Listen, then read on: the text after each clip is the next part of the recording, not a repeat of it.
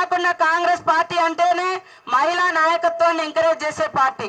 ఆనాడు ఇందిరమ్మ కాడ నుంచి ఈనాడు సోనియమ్మ వరకు రాజకీయంలో కానీ, ఉద్యోగాల్లో కానీ, విద్యలో కానీ మరి సమాన అవకాశాలు కల్పించేందుకు ముందుకొచ్చిన పార్టీ.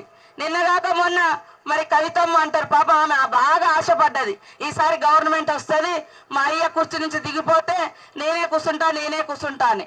ఎందుకంటే ఆమె ప్రజలు ఓడిచ్చినా కూడా ఆగలేదు.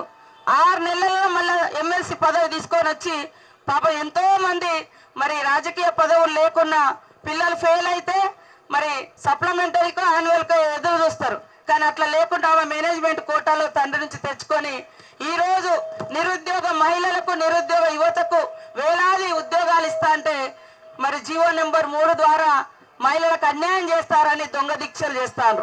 మహిళలకు అన్యాయం చేసే పార్టీ కాదు, మహిళల్ని అగ్రభాగాన నిలబెట్టే పార్టీ కాంగ్రెస్ పార్టీ.